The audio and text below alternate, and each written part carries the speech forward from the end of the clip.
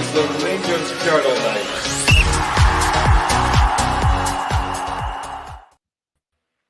Afternoon, everybody, and welcome back to the Rangers Journal podcast. I'm your host, Scott Mackay, and I'm delighted to be joined by my good mate, Cammy. Cammy, how are you doing after that? I'm okay. As we were saying before we came live, is what it is. We are where we are, and I think it was probably a fair result across the 90 minutes. What's your kind of reaction after the game? What's your thoughts?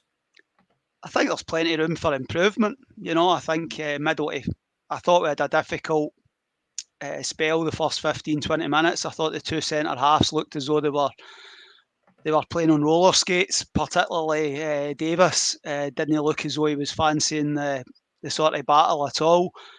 But Hearts never scored early, and I thought we grew into the game. It's a funny game. I don't think we played lots of nice football or the patterns of play, but there was big chances. There was chances there. Dessers has 3 chances. On another day, he gets at least one of them, and you nick the game 1-0. But I think where we are. I think there's a lot of players still chasing fitness. We need 3-4 additions. Nothing that we watched today, nothing that I saw today, was different to what I didn't think before the game. So there wasn't any great surprises, unfortunately. Do you not think the players should be a wee bit further on fitness-wise just now, Cammy, than what they actually look? Tav looked as if he was struggling to get at the ball sometimes, like just mobilising in general. I think there's some players are in better condition than others. I think the players that we've spoke about, Barron and Diomande and guys like that, have had really good pre-seasons and don't look as though they've missed a lot of sessions. I think the two fullbacks, I think, look as though they're chasing their tail a wee bit with regard to fitness. Try to look on the positive. That's 90 minutes in Tav's legs. We just have to, if he's going to be here, that's all we have to. We have to say that the manager spoke plenty about fitness. I must admit, I thought both teams looked tired the last 10 minutes, and I thought that a mistake might have ended up winning the game for either side. But fitness first day of the season. You just have to trust the manager and trust the people that are trying to build the fitness and manage it and all that sort of stuff. And hopefully, by game, we see improvement. I think it's like taking Kyle's comment into context. I think it's a wee bit early to say managers kind of got it wrong. We're still very early on in his first full season, so I think we need to give him time to try and see what he's going to do. See, to me, Cammy, probably the most worrying thing for me was, if there was stats for pass completion in the final third, any time Rangers try to link up play, they just couldn't do it. They looked very toothless up top, didn't they? Without a doubt, badly lacking creativity and quality in that final third. I don't think Tom Lawrence had a ridiculously bad game. Almost scored a cracking goal top corner, but in that position, I think you're wanting a wee bit more. You're wanting somebody that's somebody that can maybe see a pass and go past a man or whatever it may be. It's. But I think we created 4 or 5 really good chances, but it wasn't through like one-touch passing and like good decision making and what have you. It's just, I think in any sort of game you're going to have a handful of chances. We did have a handful of chances. Unfortunately, they didn't go in the back of the net. But actual build-up play, that's been a concern of mine for long. I feel like a bit of a broken record when it comes to the way we play. I think we're crying out. We're crying out for somebody in the number 6 again. I feel like if we get to the end of the window and we don't have somebody to sort of be that person playing the orchestra in the middle of the park, Diomande and Barron have both got their qualities, but we need somebody that can grab the game and that can dictate the tempo, get the ball moving, and just, I don't like comparing across the city, but you look at what they've got, and that's what we are sadly lacking at this moment, I think. And we have to just see what happens over the next few weeks. I see the kind of slow build-up play. Like I'm watching it and I'm looking at it in the 92nd and a half minute, and Butland and Balogun are playing a wee game of keep ball together.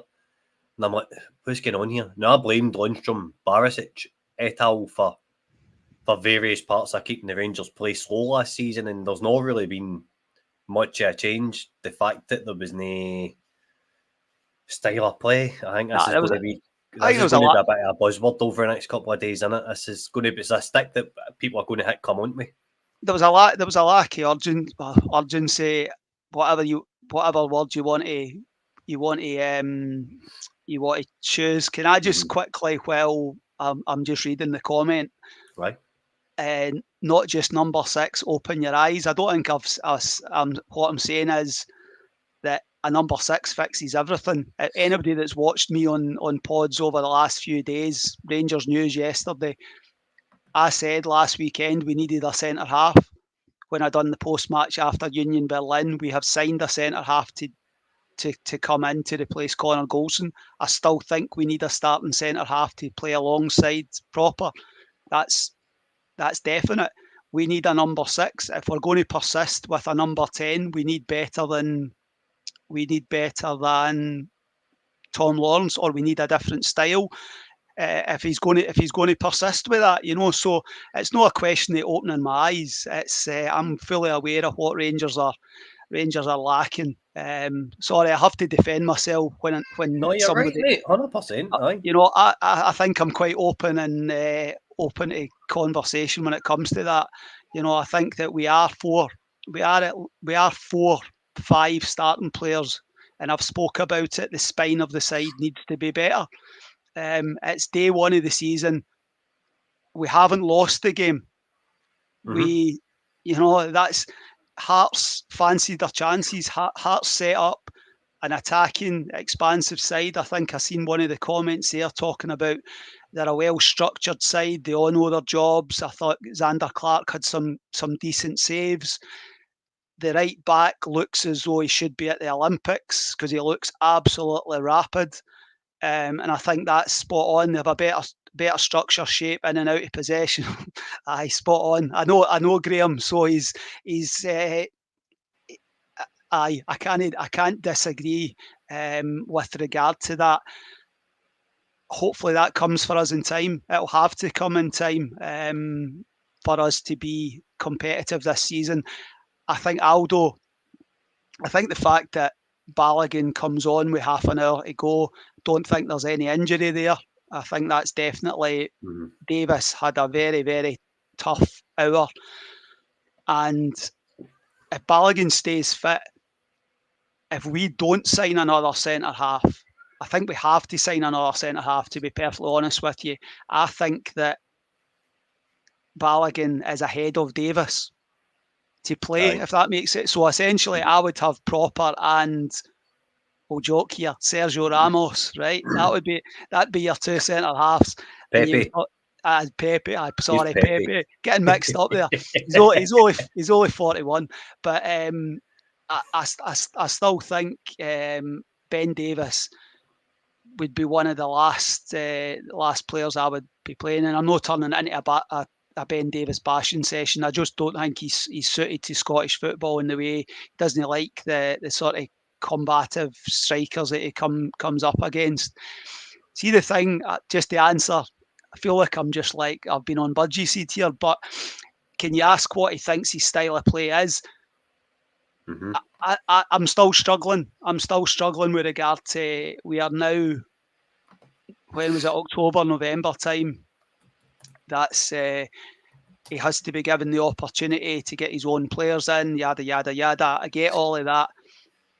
but I think we're still very reliant on moments, and we're still very reliant on people doing something to get us out of hole, if that makes sense. You know, you've got your as Tav's everybody's likes a Tav bash, but it showed today that if Tav doesn't pop a free kick in, or Tav doesn't get a penalty, or Tav doesn't put a cross in, can you think off the top of your head chances that were actually created? You know, so that's where a side that has a structure and off the ball runs, and the ball gets played into the centre forward, the number 10's playing off him, like third man runs and all that sort of stuff. I don't know what the style of play is. It's I think you should be starting to see. I'm not a one. This isn't get stuck into the manager. He's just signed a new contract, etc. But regardless of personnel, I think you should still be starting to see some semblance of what we work on Monday to Friday, what we have worked on in pre-season. That's I don't think, and I'm not. That's no saying sack the manager or anything like that. I just think that no matter, everybody thought get rid of John Lundstrom in the middle of the park, get rid of Barisic, get rid of this player, get rid of that player. Style of play is always an issue when you're not winning games and you're not winning trophies. Style of play is less of a focus when you're winning. That is the hard and fact. Rangers is about winning. A great man, Walter Smith, said that many times. You just have to find a way. And I watched Walter Smith's Rangers teams, and I saw some fantastic sides. I also saw some sides that just knew how to get the game, just knew how to win.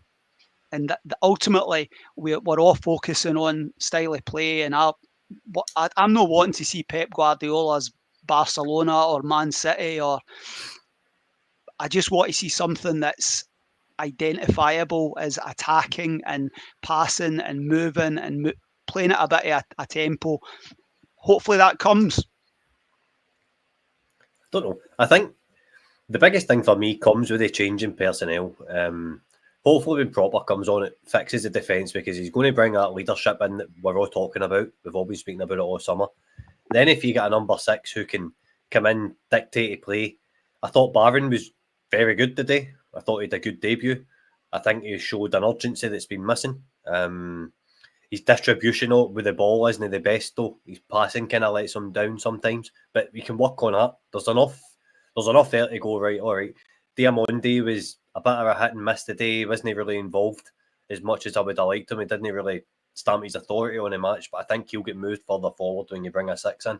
And then your wingers, hopefully the injury to Cortez isn't too bad. Your strikers though, again, I'm going to say this. I feel like a broken record saying this now. You had one number 9 up front. Whenever we played the long ball, he couldn't win a header, couldn't win a flick on. He missed 3 chances. Done well to get into positions. Unlucky not to convert them. I'm not being too harsh here. But the fact is, the other number 9 for Hearts, Lawrence Shanklin, was holding the ball up, winning them free kicks, linking up play, getting into positions to score goals, and that was him playing as a number 10 today. So see all this nonsense that he can't play outside the box and he can't do this, that, and the next thing.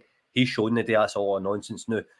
I'm not banging a Lawrence Shanklin drum because I'm sick of saying it. It's so obvious for Rangers to go and sign him. But we need a number 9 that's going to do everything that he done outside the box today, Cammy, do we not? Aye, you want an all-rounder and somebody that maybe gets one chance and sticks it in the back of the net. Listen, we joke about it on a daily basis. The Shanklin situation, I just don't see it happening. I don't believe that we're going to pay 3 million. I think what they were saying before the game, I don't believe it's going to happen. You know, but we need, if Lawrence Shanklin is not who the manager wants, we need better than Dessers. I don't think any of his 3 chances were ridiculously bad misses. I think we spoke about it before we went live. but I think he's one of these guys that maybe takes him 5 chances to get one, and that we in those tight matches, that's where you need somebody that's just going to make that difference. And whether that's Shankland or somebody else, I think we certainly. Shankland wasn't anything special. He wasn't. I don't think he, but I think I always believe that a Rangers centre forward should just be able to hold the ball in and get men running off them. You know, that's the sort of Rangers side that I want to see as pace round about them and what have you. And the number 10 being able to get in and close, sort of thing. But on another day, Dessers walks away and he's won the match for you. You know, it's such small. I mean, Tom Lawrence for the last one. The one of the 3 chances, I thought the first chance where he takes it down brilliantly, Dessers, in the first half, and then tries to dink the keeper, which I don't think was ever like a 9 feet tall goalkeeper. I don't think that's ever going to happen. Second one, he's controlled it great, chopped in on his left foot. He's maybe a bit down the throat of Xander Clark. The third one, it's a decent header. It takes a wee nick off the defender, hits the bar, hits the post. If it does it, this is the thing about small margins, and I'm no defending Cyril Dessers, but he has the header. It could just have went top corner, and the conversation's different. But my opinion of what we need wouldn't be any different if I was sitting here at 3:15 with 3 points in the bag. What we need is still obvious, and I think across the next 4 weeks, those 3, 4, 5 starting players have to come in, including. Aye. I was surprised that Danilo didn't get any minutes, to be honest with you. Aye. That was a surprise. Aye, definitely. For me, the forward position's been something that's needed addressed for January, and it's not been. And we really need to go out and sink some money into a striker. We've got a centre back now. Done a really, really good deal. I'm very impressed with Rangers transfer business with that, getting that guy in on that such a low fee. Need a number 6, a striker, and then things might start to kind of come together, because what I was seeing today, Cammy, was an awful lot of balls not going up the park, not just to Dessers, going to Lawrence, Scott Wright, Cortez, and the ball wasn't sticking. There wasn't any link-up play when you got to the top of the park. That's not just Dessers' fault, I'm not saying that at all, but that needs to improve. If we're going to win football matches and win a league, we need to be able to pass the ball to each other to score goals, don't we? Definitely, you know what I mean? And I think elements of it, I think a lot of it felt a bit like hopeful football, you know, rather than creative football, if that makes sense. You know, it's like you're hoping that something's going to happen because you're going to throw a cross into an area, or you're going to get the ball wide and throw a cross in, and, you know, repeat sort of thing, rather than actually trying to dribble past a player or whatever it may be. But I think you've got players. We'll use Cantwell and Hadji. How much are you going to bring in for both of the players? It's not that. Two of them's probably sitting at home in their PlayStation or something today. And Yanis Hadji definitely would have made a difference. I don't care what anybody says, he would have made an impact on that game. But what I'm saying is, if you get the two of them out the door, which it's clear you don't, you're going on the basis of what the manager said, that Cantwell's asked to leave. He spoke to him twice, right? That's fair enough. That's clear. That's done. Hadji, I think there's obviously been conversations, because I don't think he's even back in training. But we need to get them out the building. We need to bring in the £6 million or whatever you get for the two of them. And you then need to bring in players that are going to make a difference to the starting 11. They two aren't part of the starting 11 just now. But if you're going to sell Cantwell and Hadji, players that can play in that sort of number 10 position, you have to bring in game changers, players that are going to make the difference. Use the budget. Again, going back to Walter Smith. Walter Smith many years ago had a very limited budget, and he signed Nikica Jelavic. And £4 million on Nikica Jelavic made hell of a difference. We had a far better all-round team, and there's so many things that need fixed. You're not going to fix it all in one window. But the spine, I'll repeat again, I said this last Saturday, the spine of the side has to be stronger. Aye. Proper comes in at centre half. Somebody in the middle of the park. So nothing has changed with regard to that. And I think the manager will know that. He spoke about it before the match. I think he said that Conor Barron, he's been pleased with him. He's a young guy. He's came in, he's done well. But we need more in there. So I think he is fully aware of it. We've been linked with midfield players. It's just a question of getting the right ones in that are going to... Also, I think it's important that they come in and are able to hit the ground running. It's not going to take them 3, 4, 5 weeks to get up to speed. Aye, I know, mate. I know. You get any closing thoughts before we wrap up, pal? We never lost. You know, it's I'm very much I try to now live my life as a Rangers fan. I don't get too high and I don't get too low. And I think today didn't tell me anything new. Lots of areas of concern, plenty of room for improvement. We didn't lose the game. We just have to move forward to Tuesday night. Hopefully we can go across to Poland and keep the tie alive. I think we'll need to defend. I thought after a difficult 15, 20 minutes today, I thought we defended better than we did against Union Berlin. So there's a small positive. I thought Jack Butland was better. I had a couple of sort of routine sort of saves. We'll need him to be big.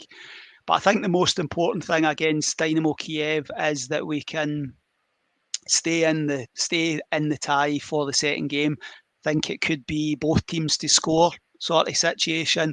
Get them back. We've spoke about it. Getting into the playoff round is massive from a financial point of view.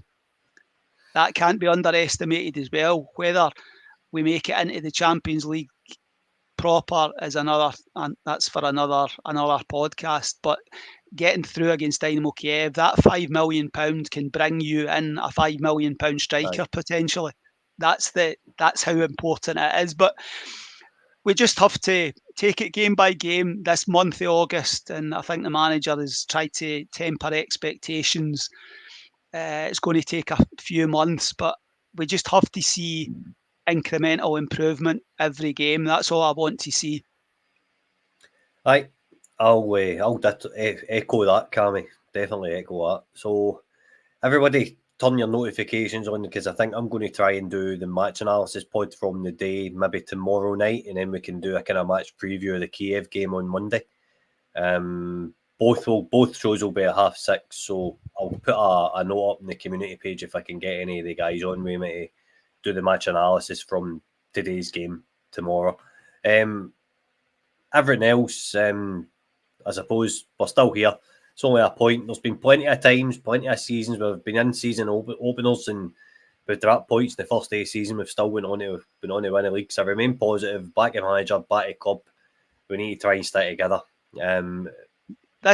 Scotty, this time last year, I left Kilmarnock and one of the two MyGels tickets that I got last season, and we lost 1-0 at Kilmarnock on the first day of the season, and we were absolutely honking. We were better than that today. Aye. But there's plenty of room for improvement, and there's plenty new signings need to come in. And hopefully that then gives a bit added quality that allows us to start winning games far more often than not and being competitive. Because that's all we have to be competitive in all competitions, regardless of whether this is a rebuild, refresh, whatever you want to call it. We have to be competitive right to the end of every competition this season. Aye, definitely, mate. Again, I let go of everything you've just said. I think it's a case of trying to be patient just now, though. It's the first game. There's a lot of kind of, I don't know the word for it, but there's an awful lot of harsh reactions on Twitter and stuff going down about the manager and stuff just now. I think we need to just put the brakes on and take a look at a bigger picture, because we're still on the transfer window. There's still things going on at the club. So it's one of these things, Scott, that patience only patience is very difficult. You know, it's people say, "Oh, you need to be patient, you need to support," and that I get all that, but it is a results business. If you're winning games of football and you get through against Dynamo Kiev, you start the league, or you start the Hampden situation next weekend. You get 3 points. You know, confidence and momentum can build very quickly from there. You know, and I must stress, I'm not a happy clapper. I like to be open and honest, and just try to call it like it. Try to call it like it is. You know, at the end of the day, I don't take any pleasure in being critical. I like to try and be fair and critical, and that's all we can be. And we all want the best for our club, and that ultimately I want a Rangers team that I can get 100% on board with. You know, that's, you know, it's just, this is our team. We just have to stick with it. And I wouldn't say I'm all in. That's the current buzz phrase, but we're all Rangers fans and we just stick with it.